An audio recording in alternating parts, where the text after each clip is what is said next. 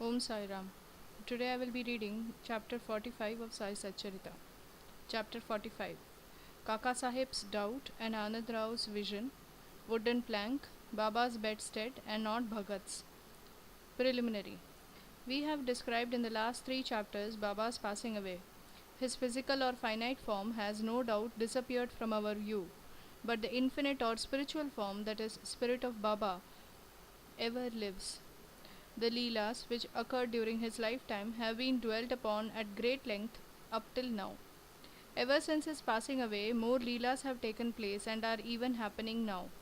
This clearly shows that Baba is ever living and helping his devotees as before. The people who got the contact of Baba when he was living were indeed very fortunate. But if any of them did not get dispassion for the things and enjoyments of the world, and had not their minds turned up to their Lord, it was their sheer ill luck. What was then desired and is still desired is the wholehearted devotion to Baba. All our senses, organs, and minds should cooperate in worshipping and serving Baba. It is no use in engaging some organs in the worship and deflecting others. It is a thing like worship or meditation is to be done. It ought to be done with all our mind and soul. The love that a chaste woman bears to her husband is sometimes compared to that which a disciple bears to his master or guru. Yet the former falls for short for the latter, which is incomparable. No one, whether he be father, mother, brother, or any other relation, comes to our aid in attaining the goal of life or self realization. We have to chalk out and traverse the path of self realization ourselves.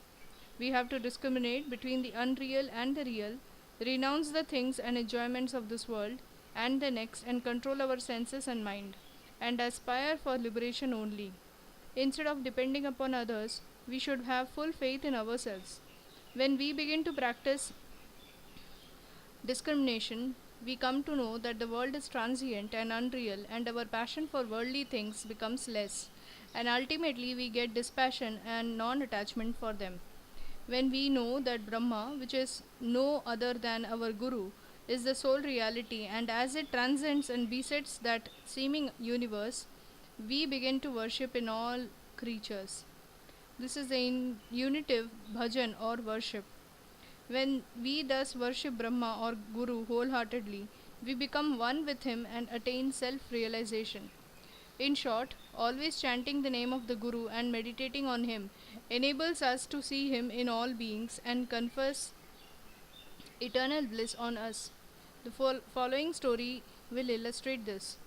Kaka Sahib's doubt and Anand Rao's vision. It is well known that Sai Baba had enjoyed Kaka Sahib Dikshit to read daily two works of Sri Eknath, one Bhagavad and two Bhavarth Ramayana. Kaka Sahib read these daily while Baba was living, and he followed the practice even after Baba's passing away. Once in Kaka Mahajani's house in Chowpatty, Mumbai, Kaka Sahib was reading Eknathi Bhagavati in the morning. Madhavrao Deshpande alias Shama and Kaka Mahajani were then present and listened attentively to the portion read, that is, chapter 2nd, 11th skanda of the book. Therein the nine Nathas or Siddhas of the Rishabh family, that is, Kavi, Hari, Antariksha, Prabuddha, Pipalyan, Avirhotra, Durmil, Chamas, and Karabhajan, expounded the principles of the Bhagavad Dharma to King Janak. The latter asked all the nine Nathas most important questions, and each of them answered them satisfactorily. The first, that is, Kavi, explained that what is a Bhagavad Dharma, Hari, the characteristics of a Bhakta or devotee, Antariksha, what is Maya, Prabuddha, how to cross Maya, Pipalyan, what is Parabrahma, Avirhotra, what is Karma, Drumil, the incarnations of gods and their deeds, Chamas, how a non-devotee fares after death, Karbhajan, the different modes of worship of God in different ages. The substance of all these exposition was that, in this Kali age, the only means of liberation was the remembrance of Hari's name or Guru's feet. After the reading was over, Kaka Sahib said in a despondent tone to Madhavrao and others, How wonderful is the discourse of the nine nathas or on bhakti or devotion, but at the same time, how difficult it is to put it into practice. The nathas were perfect, but how is it possible for fools like us to attain devotion as delineated by them? We won't get it even after several births. Then, how are we to get salvation? It seems that there is no hope for us. Madhav Rao did not like this pessimistic attitude of Kaka Sahib. He said, "It is a pity that one who is by his good luck got such a jewel as Baba should cry out so disparagingly. If he has unfavoring faith in Baba, why should he feel so restless? The bhakti of the Nathas may be strong and powerful, but is not ours loving and affectionate? And has not Baba told us authoritatively that remembering and chanting Hari's and Guru's name confers salvation? Then, where is the cause for fear and anxiety?" Kaka Sahib was not satisfied with Madhavrau's explanation. He continued to be anxious and restless the whole day, thinking and brooding over how to get the powerful bhakti of the Nathas. Next morning, the following miracle took place. One gentleman named Anandrao Pakade came there in search of Madhavrao. The reading of the Bhagavat was then going on. Mr. Pakade sat near Madhavrao and was whispering something to him. He was mentioning in a low tone his dream vision. As there was some interruption in the reading by this whispering, Kaka Sahib stopped at the reading and asked Madhavrao what the matter was. The latter said, "Yesterday you expressed your doubt. Now here is the explanation of it."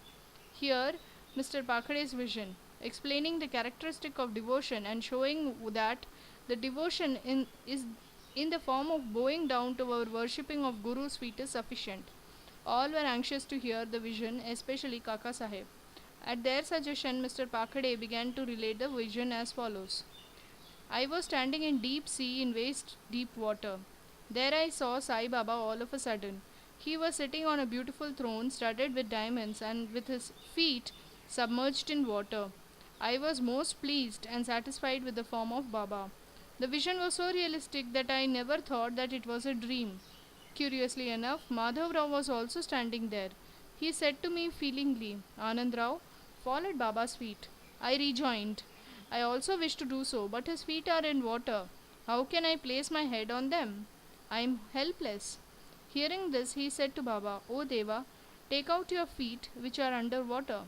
Then Baba immediately took out his feet. I caught them without delay and bore them to him. On seeing this, Baba blessed me, saying, "Go now, you will attain your welfare. There is no cause for fear and anxiety." He also added, "Give a silk bordered dhotar to my Shama, you will benefit thereby." In compliance with Baba's order, Mr. Pakhade had brought the dhotar and requested Kaka Sahib to hand it over to Madhav Rao, but the latter refused to accept it, saying that unless Baba gave a hint or suggestion for acceptance, he would not accept it. Then, after some discussion, Kaka Sahib decided to cast lots. It was the practice of Kaka Sahib to cast lots in all the significant matters and to abide by the decision as given in the picked up chit. In this particular case, two chits, on one of which was written to accept and on the other to reject, were placed at the feet of Baba, and the child was asked to pick up one of them. The accept chit was picked up and the dhotar was accepted by Madhav Rao. In this way, both Anand Rao and Madhav Rao were satisfied, and Kaka Sahib's difficulty was solved. The story exhorts us to give respect to the words of the other saints, but at the same time asks us to have full faith in our mother, that is, Guru, and abide by his instructions. For he knows our welfare better than any other person. Carve out on your heart the following words of Baba.